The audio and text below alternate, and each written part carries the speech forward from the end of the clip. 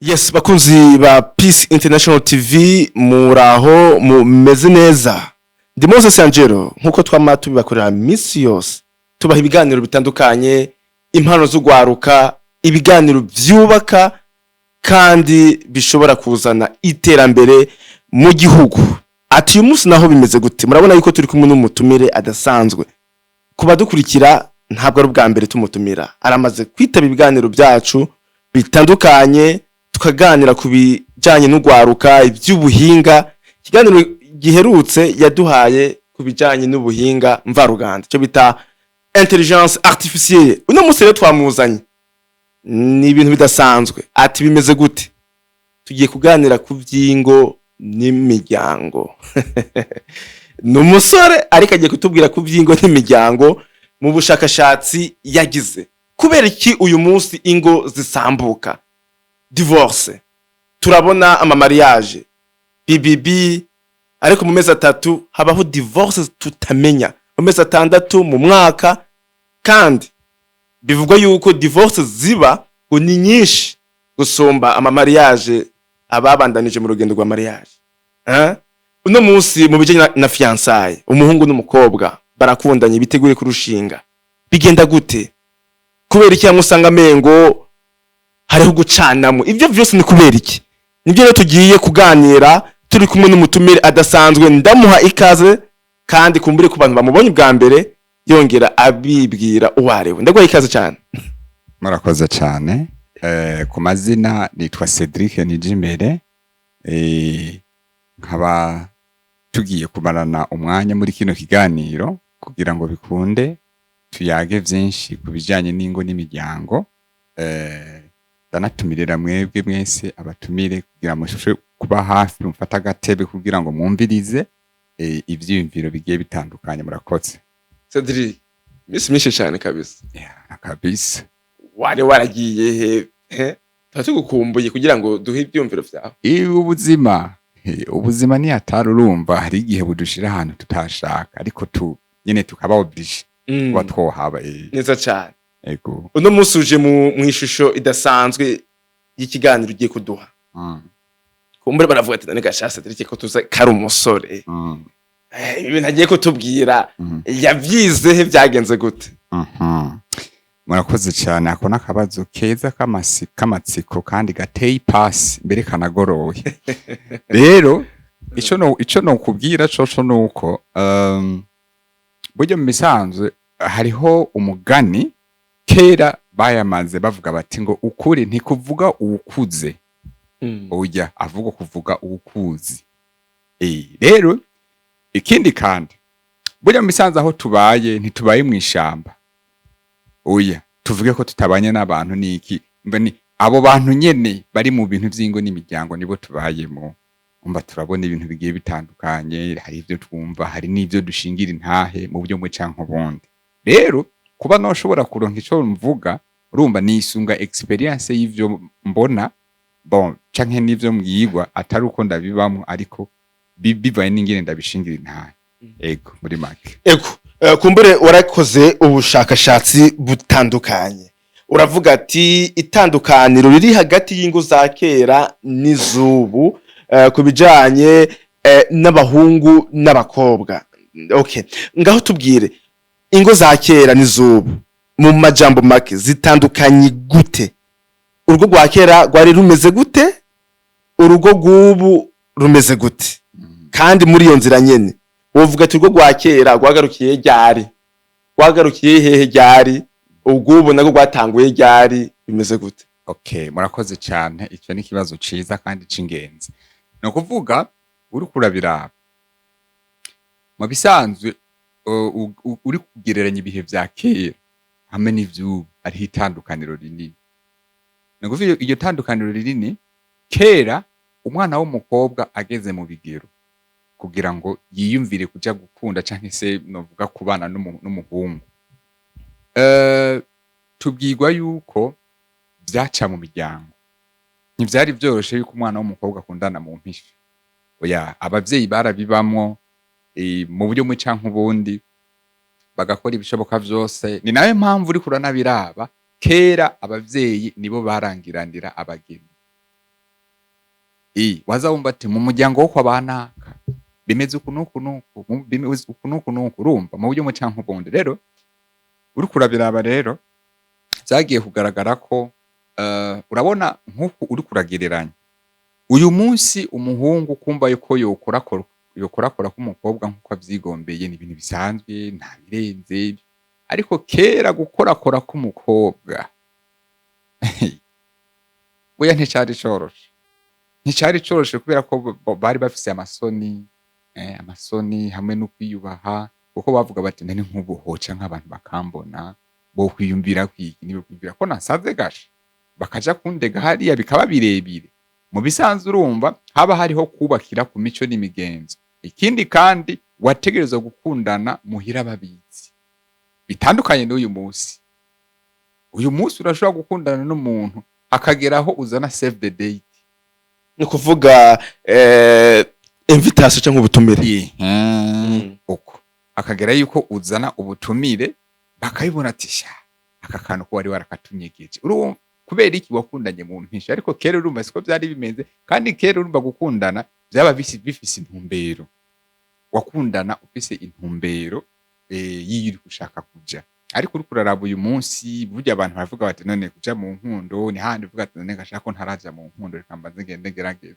ko nta wame ugenda ugerageze ariko kiriya gihe urumva ugiye mu byo gukundana wabuze ati asha intumbero nimwe kandi gukunda benshi nticari coroshe oya gukunda benshi ushatse kuvuga iki gukunda benshi urumva ni kujya kuntu usanga nk'ubu nk'akarero uri nk'umuhungu ugashaka kwegeka nk'udukumi nkatungahe ivyo bita muri kino gihe gucanamo canke uri nk'umukobwa ugaca wega ku dusore dutatu tune ukavuga uti ngo nta wamenya ngo no kuvomerera zose ngo ntawuzi uruzokwama kare rero urumva ni hatari ivyo bisigaye bigoye rero muri make uri kuraraba uyu munsi bisigaye vyoroshe aho usanga abasore n'inkumi bakundanira ku mbuga ngurukanabumenyi za WhatsApp, Facebook, za Instagram, za TikTok mvuga sanga umuntu bamenyanye ku mbuga barakundanye kandi atigeze namubona n'amaso mu yandi eje bigatangura kuzana ingorane urumva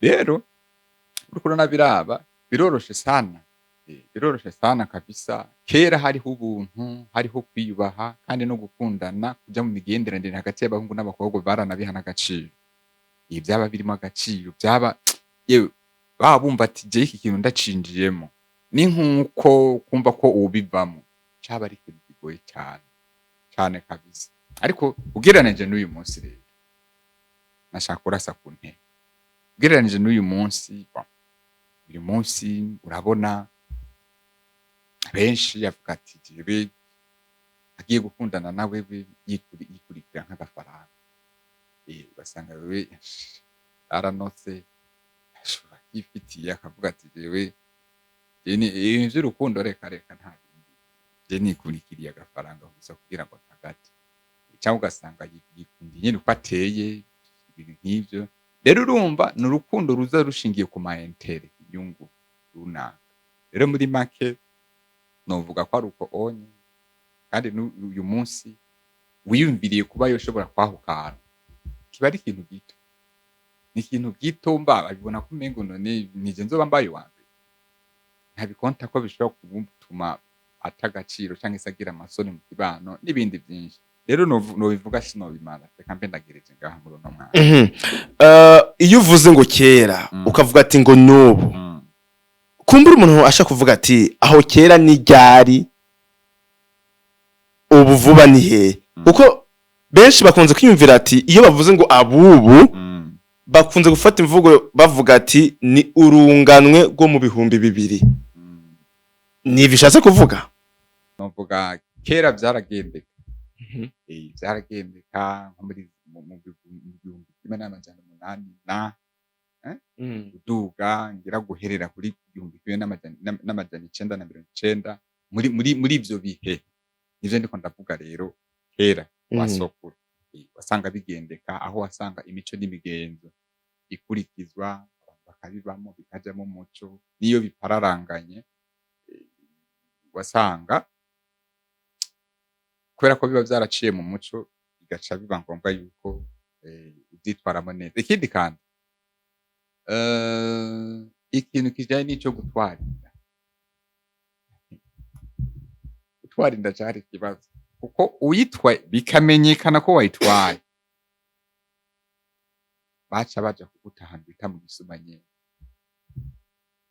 Mu Gisumanyenzi haba hariya ibikoko bigakurirayo, yewe cari ikibazo. Rero urumva ivyo vyose ni amafagiteri yashobora gushirwa mu ngiro kugira ngo arinde imigenderanire hagati y'abahungu n'abakobwa babane harimo n'ubuntu no gukundana nyene vya nyavyo. Ariko uyu munsi urabona ivyo bintu ntibikibaho. Hariho ibintu vyinshi cane vyakorwa kera uriko urabirabana cane cane nk'uko wagerageje kubivuga, usanze generasiyo zitanguye kwononekara ubunye mu 2000 na uhereye mu 2000 na kuduga, aho usanga ibintu vyapararanganye, aho usanga abantu benshi babayeho ubuzima bwo gufekinga no gukoporora. Bakoporora ibindi bintu ubonye nko ku marezo sosiyo, mu ndirimbo, mu mafilime, kumva ko wokwigana burya buzima. Burya n'ubundi buzima ni nk'uko bafise n'imico n'imigenzo y'iwabo, nawe ukagira imico n'imigenzo y'iwawe. Uvuga ati ngo kera bafise iterambere bari bagezemwo, uyu munsi naho bafise iterambere bagezemwo canke tugezemwo. Ubwo ntabwo ubona yuko kumbure ibihe bihinduka bivanye n'iterambere riba rigezweho? Mu buryo bumwe nivyo, ariko mu bundi buryo ubishizemo ubwenge harimo akantu k'agahatsi. Mu ndira ndabikubarira, harimo akantu k'agahatsi kubera unabiravye uyu munsi hariho abantu benshi mu misore n'inkumi bageze mu bigero, ariko kandi haruhande yuko baba bageze mu bigero bakagira ugutinya, si uko badashaka kurondera abakunzi canke abagore canke abagabo dufate, ariko kubera kurya gutinya kuvuga ati none nk'ubu nosanga ntubiye ntushize inzira, urumva akagira ikibazo kuko avuga ati none ivyo ngo mbona umengo bisigaye ari ikibazo. Kandi ngo ndiko ndaraba nk'ubu imigenderanire y'urukundo ya naka magaca itangura kugereranya. Nk'ubu ari nk'umukobwa ukaza wumva nk'ubu ngerageze kuraba imigenderanire nk'iya Divine canke Kevin canke ba Sandrine canke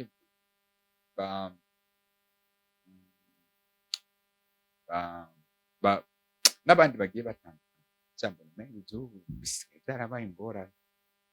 Bakagira ikibazo akumva ko umengo agize uruhagarara muri we rwo kumva ko yoshobora kwiyemeza novuga. Biragoye kubera iki abantu benshi basigaye bariganye ubuzima buri hanze y'imico n'imigenzo y'icaha. Nk'ubu hari abarundi benshi basigaye barakopore nk'abanyamerika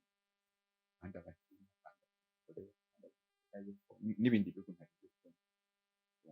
Rero ikibazo tugenda kugira iriya ni lifestyle, ni style y'ubuzima bw'ivyo bindi bihugu. We nawe ufise kwawe kubera ko ushaka gukoporora, yego nivyo ngo tujanye n'ivyo, sivyo? Ariko jana n'ibihe hagiyemo. Ariko birashika ugasanga no munsi abarundi bijukira kuja mu mahanga ni benshi, bagakurirayo bakavyarirayo, ugasanga bariko barazana ivyo bakwiharira. None ivyo navyo twovyita bibi kandi urumva ari iterambere? Iterambere ntawe uryanse ni ryiza, ariko hari iterambere iyo waryitwayemo nabi bikuzanira ingaruka mbi. Uribuka ko ubushize nariko ndasigura kujanye na intelligence artificielle, turavuga ku bijanye n'ukungene yorosha ubuzima. Sinzi ko ucibuka ko nakubwiye ko hariho igihe ishobora kukuviramo ingaruka mbi bivanye n'ingene wagize gute wayitwayemo nabi. Ariko apana kuvuga ngo ni mbi, ubwayo si mbi, ni nziza, ariko wayitwayemo gute? Niyo mpamvu rero abenshi uzosanga baragiye hanze bagakoporora, bakaraba ama lifestyles, styles z'ubuzima baranabayo muri ubwo buzima. Ubundi bihugu benshi mu vyo baba barabonye baraza bagatanga ibishinga nahe n'impanuro nyinshi.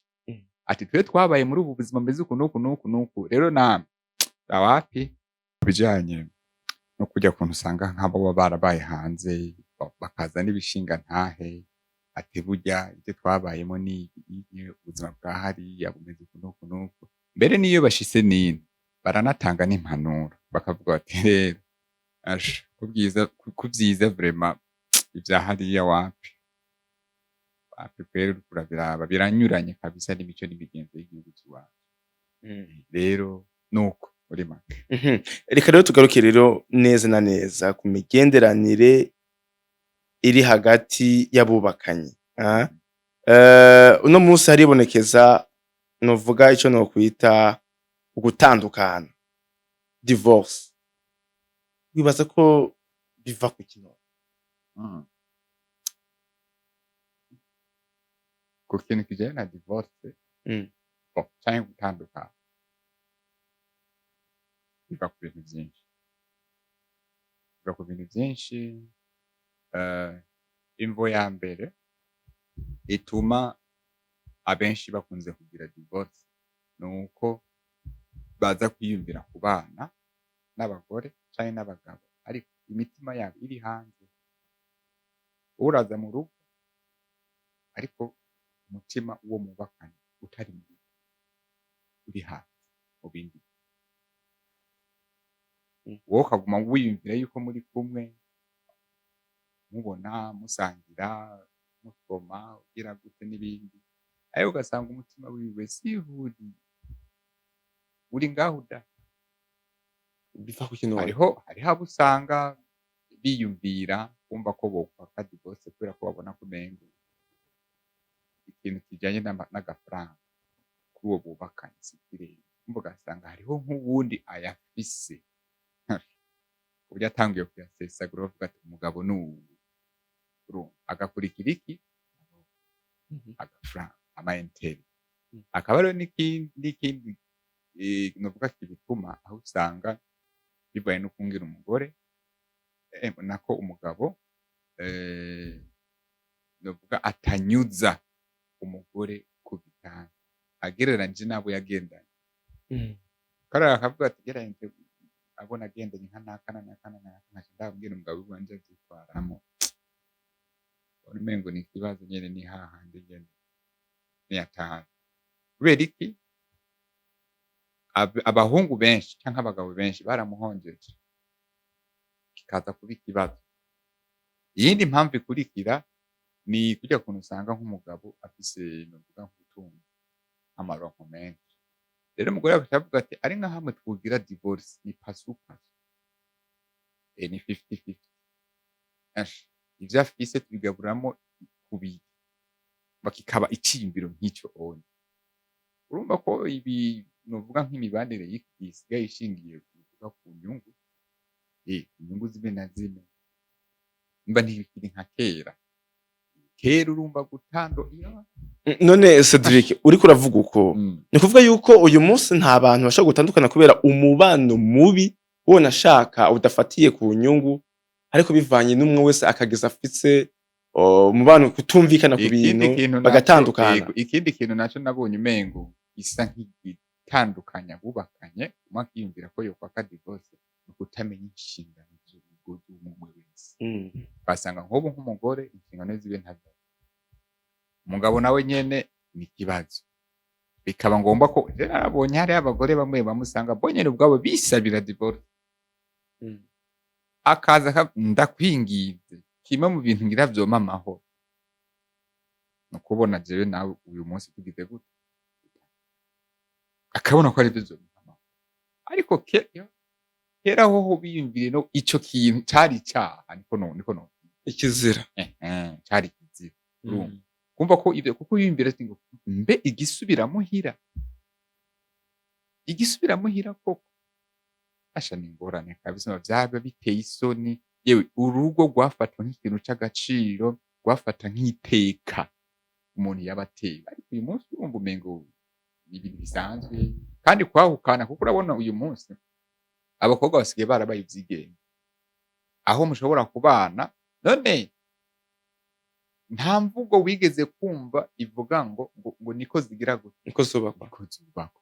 Wewe ijya mvugo bibaza ko yaje kuvuga ubusaza niko zubakwa bisigura ngo ibyo uzobona ni byinshi ariko uzugire gute nuko bimeze niba atavyo.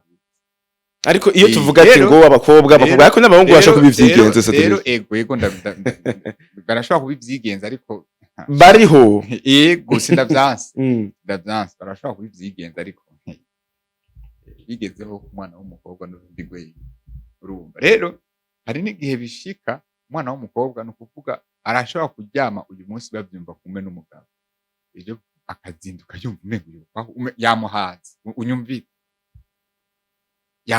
yamuhaze ngo ashaka guhindura umugabo uko uravyumva inguzu kera ivyo ariko Cedric turiko turaganira uriko uraraba ubuzima bw'iki gihe ibintu byahindutse ku mpande zose zompi si uruhande rw'abakobwa rw'abigeme uruhande rw'abahungu byose nico kimwe uriko urabiraba uno munsi hariho ico nokwita ati abakobwa bafise amafaranga agakunda umuhungu akamushima akamubwira ati yewe nubwo wata amafaranga ufise n'vy'inkwano mu mariage byose je nzoguha amafaranga akamushikana mu rugo nuko no bivuga canke bishobotse akanamutwara hanze ababitonga aba diaspora umuhungu yashika hariya kuko yarakeneye gushika hanze gusa zabura ya za Amerika n'ahandi agaca hemukira wa muntu yamuzanye none si yamaronko nakubwira urumva no ku bahungu bose nuko kenshi wagumye uvuga ati mengo n'abakobwa mengo n'abahungu ntibibaraba oya urumva n'abahungu sinavyanse sinavyanse urumva ariko nariko ndagira novuga ico no kwita impact canke statistique zijanye novuga n'igitigiri c'ababikora novuga ko akenshi novuga kiri ku bana b'abakobwa simvuze ko n'abahungu batabikora ya nabo nyene urumva kuko urumva urinze ubona umwana w'umukobwa n'umuhungu bahuye bakavyumva kimwe kavuga ati twe nshaka ko twibanira dukundana hanyuma bye birangire tubanye nk'umugore n'umugabo haba hariho inyungu runaka canke bagakundana bavuga bati no kuri vraiment jewe ni wewe gusa tuzobana mu mahige no mu marushwa yewe nta wundi muhungu ahari canke azoza numva umengo nzoshobora kwemerera ariko uko biri kose ubushakashatsi bwarerekanye ko abenshi baza bashingira ku maentere impande zose inyungu kujya hari urukundo rubaho atanyungu rufatiye sawa ico ni kibazo ciza rero hariho inyungu ziba ziri positive n'inyungu ziba ziri negative bisegura inyungu ziri positive ni kujya kuntu mu bisanzwe urukundo muri make rwategeza kuba reciproque bisigura ngo nkunda nkukunde kujya kuntu umwe n'uwundi bashobora kwitwararikana bagakundana bagafashanya bagatezanya imbere sibyo uraha akiyumvira guteza imbere umuhungu cyangwa umuhungu akiyumvira guteza imbere umukobwa gutyo tukagenda dufashanya ariko rero iyo inyungu zabaye negative bisigura ngo kwa rukundo bavuga ngo reciproque umva ugasanga umukobwa wewe ivyo aguma ashaka kuguma usesagura umuha yirira aguma ashaka kumugirira ibintu by'amasorti bidahera imigambi ntayuzigera umwumvana ugati sheri dukora imigambi imeze ukuntu kugira ngo iziteze imbere kuko kazuzana ko tuzi ibintu birashobora kugenda kubunya ariko twaramaze kwisekiriza ibintu bikagenda umva gasanga ni wahundi gusa ko kunezerwa si bibi oya ariko hari abantu usanga barabigize priority barabishize imbere nyene gose mu buryo bwo canke ubundi rero uri kurabiraba inyungu ziri positive n'iziri negative ntizingana zose n'inyungu ahubwo ikizitandukanya zimwe ziba ziri negative izindi positive none turangiza rero kino kiganiro cacu waragize ubushakashatsi buza bwiyongera ku byo usanzwe ubona mu kibano ibyo wabonye n'ibyo bandanye ubona none impanuro we kubwawe ubona gute impanuro wotanga niziye ku misori yiteguriye kubaka bamaze kubaka abimvira kubivamo uyu munsi n'icyo wababwira okay bon nivyo twavuze byinshi bigiye bitandukanye ivyubu bisigaye byarapararanganye aho usanga umuntu ashobora kwiyumvira kurondera uwo bovyumva kumwe kugira ngo bakundane mbere banashobore no kuzobana bategure kazoza bazibabane neza, ariko ugasanga kubera ukugira uruhagarara ariyumvira ati none nk'ubu nohusha kikaba ikibazo je nobuwande ko tubwirwa yuko ari ukubana akaramata. Mbarira rero kuzobana n'umuntu azokubabaza akaramata, urumva bimeze gute? Ni ikibazo. Ahubwo ico je novuga impanuro nuko mu gihe cose hageze ko umuntu aja muri ivyo bintu bisaba kwanza gusenga, kuko Imana niyo izi umuntu, kuko niyo yamuremye. Niyo yamuremye, nubwo rimwe na rimwe bihakwa gushika iyo Imana ivuze A, umwana w'umuntu yumva B. Niko biri, ivyo twarabibonye no ku munara w'i Babeli muri Bibiliya. Aho Imana yavuze ati je nshaka ko ibintu bigenda uko unye n'abantu atoya twe dushaka ko bigenda, kandi Imana irabareka, uretse gusa ko mu nyuma habaye akantu k'akabirigiri ko kuyoberanya indimi ntibashobora kumvikana. Rero kuvyiza nibavyitondere. Hariho ingo nziza z'akarorero ku buryo umuntu ashobora kuraba akumva umengo yorongora, akumva umengo yokundana kubera iki ivyo abona, akaba hariho n'izindi z'akarorero kabi. Kuvyitwaramo neza no gufata ico kintu, uwo mugambi ukawushira imbere y'Imana, ukawusengera, usengere ubishira imbere y'Imana, kuko ngo imbere y'Imana nta kintu na kimwe cayinaniye. Ntituzi nishobora no kunaguhuza n'umuntu wowe nyene uzokwama ushima ibihe byose ugihari, uzokwama ushima ati nukuri kabisa uyu muntu mfise Imana yamumpaye kandi nzokwama ndayishima. Apana kuzokwama wasomeye rya somo rivuga ngo uronse umugore abaronse ikintu ciza, kandi abaronse ingabire iva ku Mana, ugasigara ubona kumenga iryo somo ryo muri Bibiliya wapi ngo ryarabeshe. Kubera iki wahisemo nabi? Kabi kibazo. Itonde uvyige neza, uwo muntu mugiye kubana umwige, ubone nimba bishoboka yuko mubandanye. Nimba ubona ko bidashoboka bibaye n'ibimenyetso bimwe wamaze kumubona, mureke, kuko ntubura murongora. Mureke hakiri kare, ubandanye ushakisha, hama Imana izoguhereza inomero ikwiranye n'ikirato cawe. Ndagushimire cyane Cedric Nijimbere kuba mwashoboye kudusangiza bimwe mu bushakashatsi mwakoze n'imbono kubijanye n'ingo z'uno munsi. Kumbure kino kiganiro ivyo uzoguma uronka, twizera yuko uzoshobora kubidusangiza kugira ngo abadukurikira tushobore gutahukirwa mu buryo bw'umwihariko ibijanye n'iby'iki gihe kubijanye n'ingo. Turagushimiye cyane. Murakoze cyane. Ndabashimira mwe mwese mwariko mwadukurikira, mwariko na Moses Angelo. Kino kiganiro kikaba cabaryoheye, ndazi ko cabaryoheye, mugisangiza n'abandi kugira ngo bakironke, ufise ikibazo muri commentaire asigeyo tuzobishikiriza ababijeje kugira ngo bashobore kubaha inyishu. Bye bye.